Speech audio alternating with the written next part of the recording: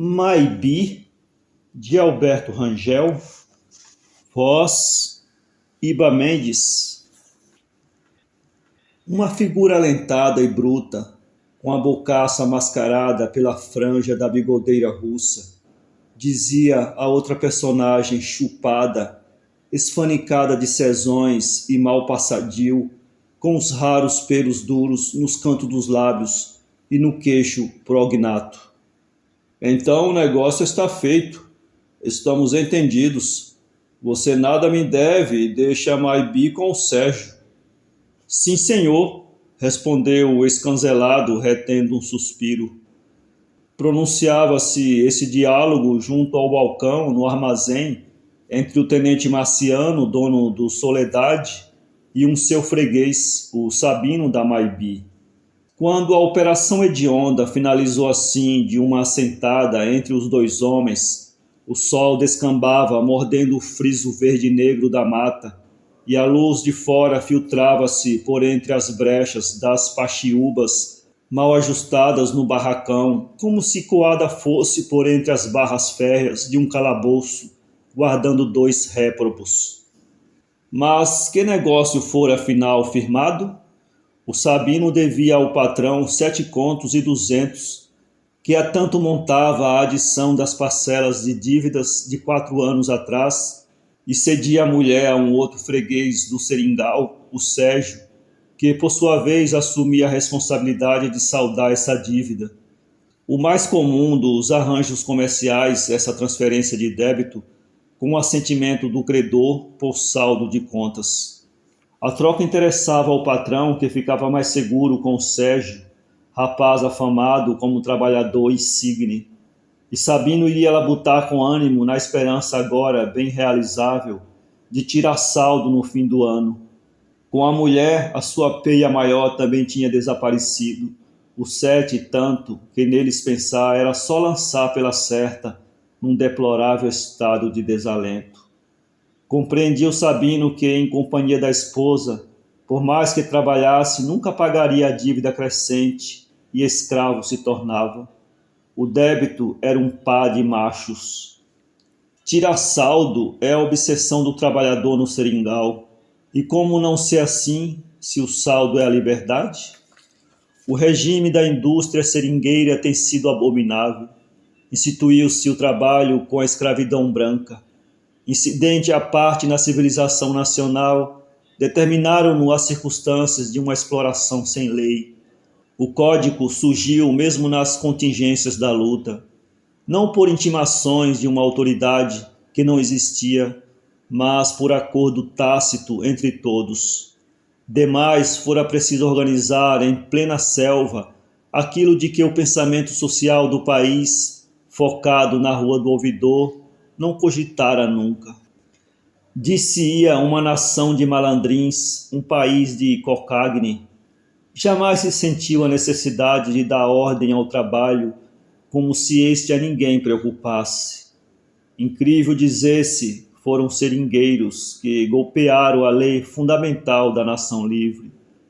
Porquanto aconteceu então, ante condições especialíssimas, o que se houvera seguido espontaneamente não bastava. Um seringal, em fim de contas, não era a estância de gado, nem a fazenda de café, nem um engenho de cana.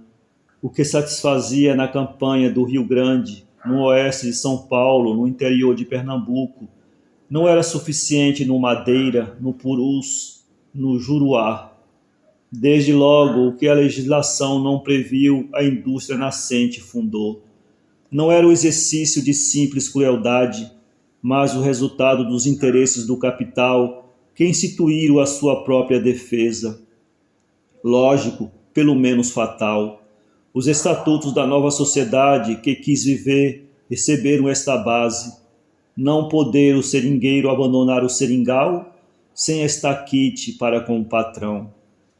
Por isso, em muitas ocasiões, dera ao Sabino um ímpeto de sacudir fora o balde de leite, cruzar os braços na estrada, nela ficando hirto, até a morte sobrevir. Outras vezes, pensar em correr os riscos de roubar uma canoa e fugir para Manaus. chegar de sua terra no insólito desejo de fortuna para estabelecer-se um dia no sitiar com um campo de penasco e uns novilhos e cabras. E em troca ali ficar no estranho deserto alagadiço de um fundão do Amazonas, comido de praga e a cair de sezões. Com a situação que se lhe oferecia, dissolvado o seu pobre coração renascia. Haveria de voltar à sua terra se Deus quisesse. Bom tempo fazia que deixara o baixo Amazonas, primeira etapa do seu êxodo de condenado. Lá trabalhara 3 anos sem vantagem. Afora um pouco de Itapuru, a seringa era fraca e Itaúba. No lago do Castanho, casara-se com aquela cabocla, Linha Cunhã, em quiço núbio, tentação que lhe chegara para atrapalhar a vida, pois se tivesse vindo sozinho nessa época, labutar no alto, na seringa, estaria certamente a essas horas no seu querido Ceará. Era verdade que em companhia de Maibi, mais doce lhe correra a existência. Contudo, tinha sido um atropelo. Conseguira desvencilhar-se, mas ganhando. Tinha saudade, porém, da danada cabocla. Ah, os olhos dela, tingidos no sumo do pajurá, o andar miúdo e ligeiro de um maçarico.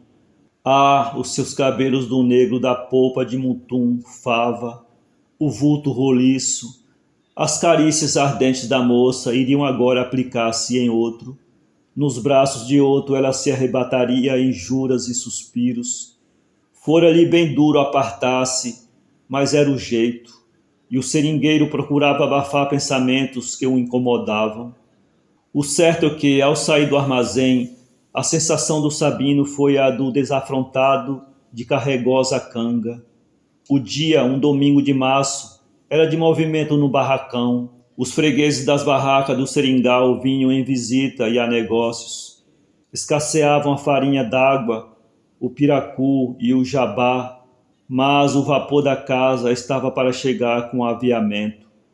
E a gente afluía insofrida a buscar mantimentos e curiosas de uns brabos que o vapor traria, mas no fundo convergia pelas exigências irrevogáveis da sociabilidade, cada vez mais intensa no regime de isolamento que os devorava.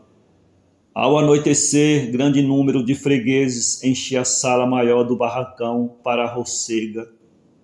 A gaita começava a soar nos soluços bemóis de uma valsa roceira, e então aqueles homens, no meio dos quais havia apenas 2 mulheres, se agarravam aos pares, desabalando-se a dançar sob o soalho flácido e ondulado das paxiúbas. Um farol de gás se prendia ao pendural das tesouras, no travejamento quase perdido no fumo envolvente do tabaco. Cessada a música, era o rumo alto da conversa e risada, até que a harmônica incansável e fanhosa gemesse novos compassos. Tarde da noite, a uma observação do tenente, basta por hoje, rapaziada, a sala se esvaziava. Os seringueiros demandaram os pousos, o barracão ficara acaçapado e tétrico, mais negro ainda na noite, onde fuzilava, entreluzindo, o pequenino diamante azul de uma única estrela abadoada. A primeira cara que o Marciano viu pela manhã seguinte foi a do Sabino. O patrão disparou logo. Está arrependido? Se quiser pode ir para outro seringal, não me desgosta. Se deseja ficar, também pode, faça o que entender. O Sabino declarou que não se havia arrependido. Não metia o pé atrás e que queria trabalhar, mas em colocação no centro.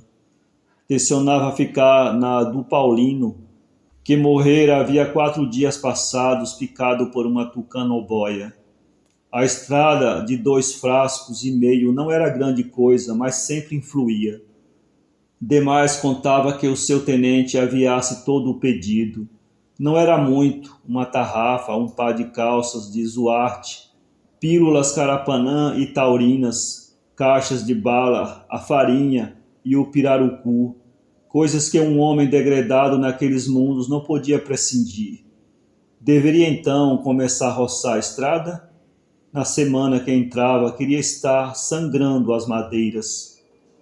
O tenente assentia com desusada benevolência. Pois sim, há de se arranjar tudo, o rio Iaco chegará por esses dias. Com efeito, uma semana depois, o vapor atracava ao Soledade, no alvoroço da gente insofrida em aguardá-lo.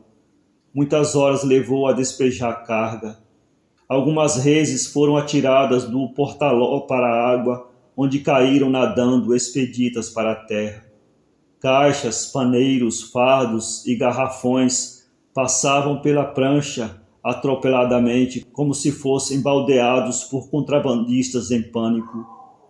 Numa agitada faina, tudo se amontoava em terra, a fim de ser transportado ao armazém, a não ser o gado disperso que aparava os brotos, espontando as canaranas na beira. Com o carregamento, desembarcara o pessoal que o guarda-livros fora buscar ao Ceará. Umas 20 cabeças, gente do Crato e de Carateús.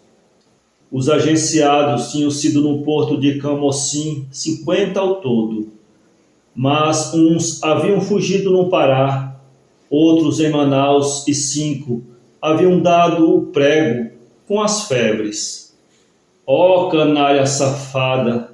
Tal era a frase que o empregado entremeava a cada passo, aludindo aos engajados num relatar facundo, ao Marciano os trâmites da missão de que for incumbido.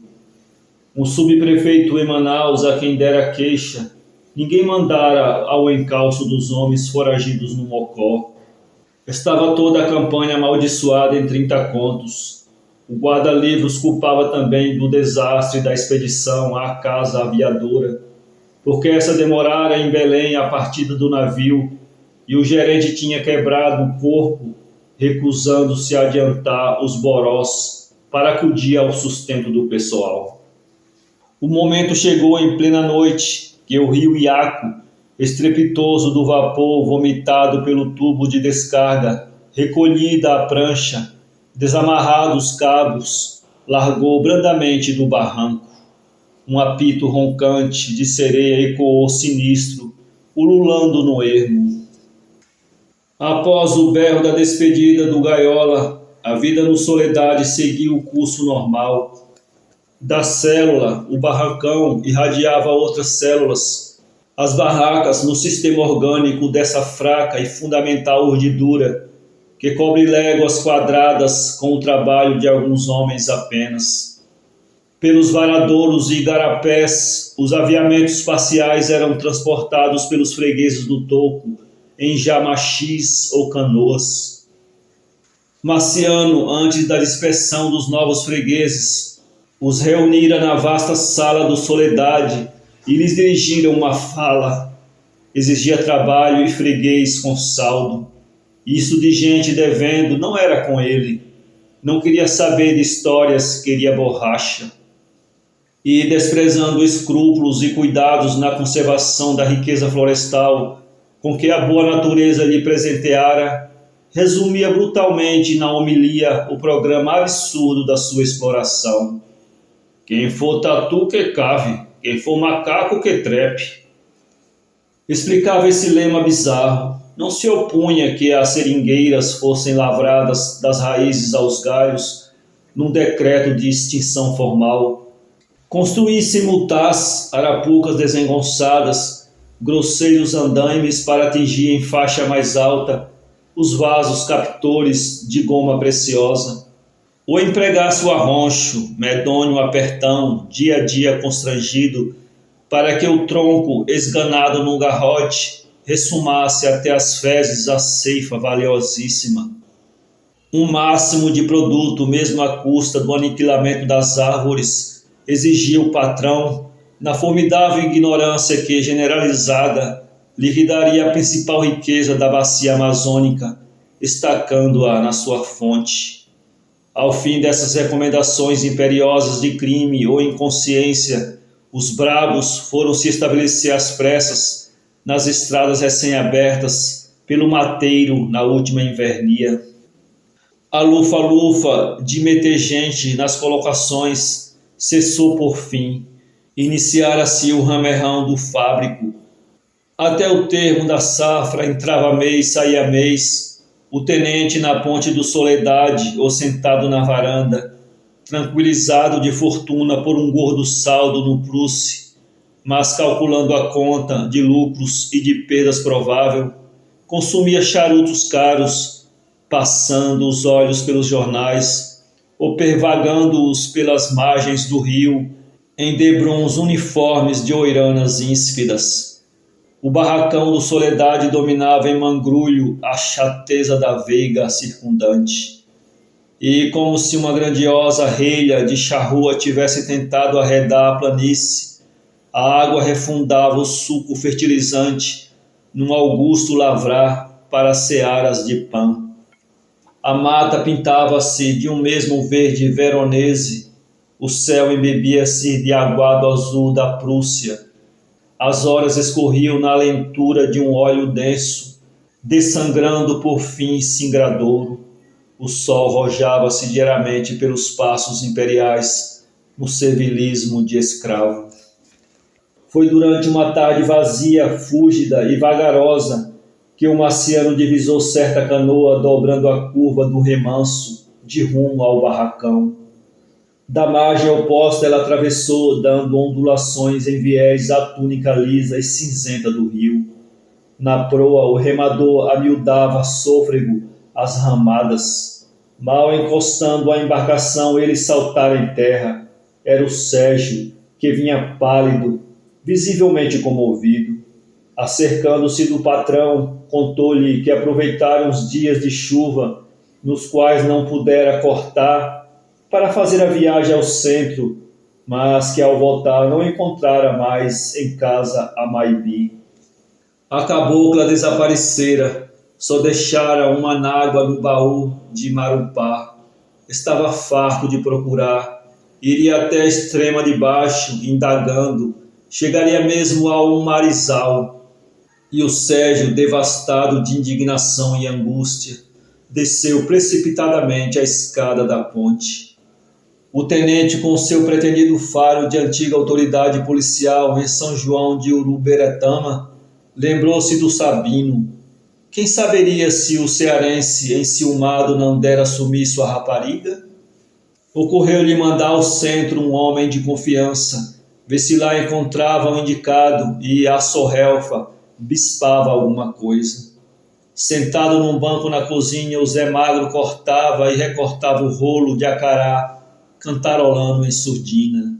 Migo, migo, migo, migo, este molho de tabaco, que fumo de tico em tico e masco de taco em taco. Sentado num barranco na cozinha, o Zé Magro cortava e recortava o rolo de acará, cantarolando em surdina. Migo, migo, migo, migo, este molho de tabaco, que fumo de tico em tico e masco de taco em taco. Quando ouviu que o chamavam, acudiu pronto, cessando o trauteio.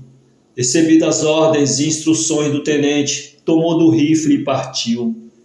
De um pulo atravessou o campo, transpôs a estiva pouco mais tarde. O próprio de sobre rolda topava com o Sabino que saía da boca da estrada. Este vestia uma camisa sórdida, calças trapejando nos pés metidos em sapatas de borracha, e tinha a cabeça rebuçada na chita do mosquiteiro. Aparelhava-o o teçado enfiado na cinta, nas mãos o machadinho e o balde. Pendido ao flanco, um pequeno saco e o rifle atravessado nas costas. O uniforme traduzia a miséria e o arriscado do ofício. Entabularam conversa. Bom dia hoje? Leite muito, hein? Indagou o Zé Magro. Sabino respondeu-lhe, dominando a custo a comoção que o abatia. Nem por isto, e esforçando-se por se acalmar. Botei uma madeira em pique, pau monstro, apaedeguado, e boa que admira, é para 12 tigelas. Só ela dá um frasco. Eu não vi o diabo, passava junto e não dava com a bruta. E, no entanto, estava logo depois da boca da primeira manga. O outro, surpreso da serenidade do Sabino, resmoneou desconcertado, referindo-se ao capricho costumeiro da mãe da seringueira que escondia as árvores, e para disfarçar a espionagem revelou-se curioso. Bem que queria ver esse pau, se é o que você diz. Pois vá lá, replicou Sabino. Há de se admirar, e você, apesar de não ser nenhum brabo, nunca viu coisa igual. Fica logo ao pé de um assacuzeiro, depois de um cerrado de unhas de gato, e jurarás. Está bom, deixe-me espiar. E o Zé Magro foi endireitando para o maciço da mata, onde, mesmo por detrás do defumador, desembocava a estrada. Sabino, que ficou atentando no espião, mal esse desaparecera, tomou a própria cabeça entre as mãos e sacudiu-se todo, oirado em paroxismos epiléticos. Andava para um lado e para o outro, ia, voltava, levando as mãos ao peito, como para arrancar uma víscera de dentro, e puxava os cabelos, enlaçando soluços e rugidos. Parecia investir para a estrada a chamar alguém. Depois, como que arrependido, corria até o aceiro da floresta, atolava-se no chavascal próximo. Produzia a impressão de que fosse ameaçado por um açoite de fogo, e o perseguidor, instrumento sinistro, chegasse a alcançar a vítima, fazendo-a saltar e volver-se, fugindo ao contato espicaçante dos látegos. Enquanto isso, Zé Magro seguia pensativo e suspicaz à caça da seringueira fenomenal. A estrada frondejava, é apenas um trilho, em busca das árvores a cortar, mas quase sempre a linha poligonal mantém a orientação que a fecha sobre si mesma. Por vezes despartem dela outros polígonos menores, as voltas ou simples linhas, as mangas, mas sempre o seu traço total é o de um carreiro, enrodilhando a centena de madeiras a explorar. O seringueiro no fábrico percorre-a às pressas. Vai muitas vezes mesmo antes que amanheça, então à luz do farol ou lamparina, embutindo as tigelinhas sob o golpe pequeno e em diagonal na devida reação. Voltará imediatamente nas mesmas pegadas, a fim de recolher no balde o leite das tigelas. Manhã alta chega o seringueiro expropriado e tem ainda de defumar o látex, olhos castigados ao fumo acre dos cocos que ardem embaixo do boião. No hábito do serviço, o Zé Magro seguia a passos rápidos. Mal notara o assacuzeiro no cerrado de cipós e já quedava aterrado diante do espetáculo imprevisto e singular. Uma mulher completamente despida estava amarrada a certa seringueira. Não se lhe via bem a face na moldura lustrosa, em jorro negro e denso dos cabelos fartos. O Zé Magro acercou-se tremendo a examinar a realidade terrível. Na crucificada reconheceu estupefato a mulher do Sabino e do Sérgio. Atado com os pedaços de um bécima à madeira da estrada, o corpo acanelado da cabocla adornava bizarramente a planta que lhe servia de estranho pelourinho. Era como uma extravagante orquídea carnosa e trigueira, nascida ao pé da árvore fatídica. Sobre os seios túrgidos, sobre o vento arqueado nas pernas rijas, tinha sido profundamente embutida na carne, modelada em argila baça, uma dúzia de tigelas. Devia o sangue da mulher enchê-las e por elas transbordar, regando as raízes do poste vivo que sustinha a morta. Nos recipientes o leite estava coalhado, um cernambi vermelho. Tinha esse espetáculo de flagício inédito a grandeza emocional e harmoniosa de imenso símbolo pagão, com a aparência de holocausto cruento oferecido a uma divindade babilônica desconhecida e terrível. É que, imolada na árvore, essa mulher representava a terra. O martírio de Maibi, com a sua vida a escoar-se nas tigelinhas do seringueiro, seria ainda assim bem menor que o do Amazonas, oferecendo-se em pasto de uma indústria que o esgota. A vingança do seringueiro, com intenção diversa, esculpira a imagem imponente e flagrante de sua sacrificadora exploração. Havia uma auréola de oblação nesse cadáver que se diria representar em miniatura um crime maior, não cometido pelo amor em coração desvairado, mas pela ambição coletiva de milhares de almas endoidecidas na cobiça universal. Precipitado, o Zé Magro voltou e, quando apareceu na boca da estrada, quem o visse não o reconhecia. A comoção dera uma pátina ao bronze-mate de seu rosto. Olhou em torno, tomando do rifle, aperreou e, em sinal de socorro, fez fogo várias vezes seguidamente. A mata dormente, ao meio-dia cálido, não despedia o menor murmúrio. Parecia de imóvel, marmorizada numa hipnose. O Zé Magro olhou mais detidamente em volta. Ansiado, não se conteve, bramiu: Sabino! Ê, Sabino! Só o grito áspero de um cauré acudiu ao chamado. Sabino! Sabino! E ao novo apelo mais fremente, nem o malvado gavião respondeu mais. Para ler esse conto, acesse www.poeteiro.com.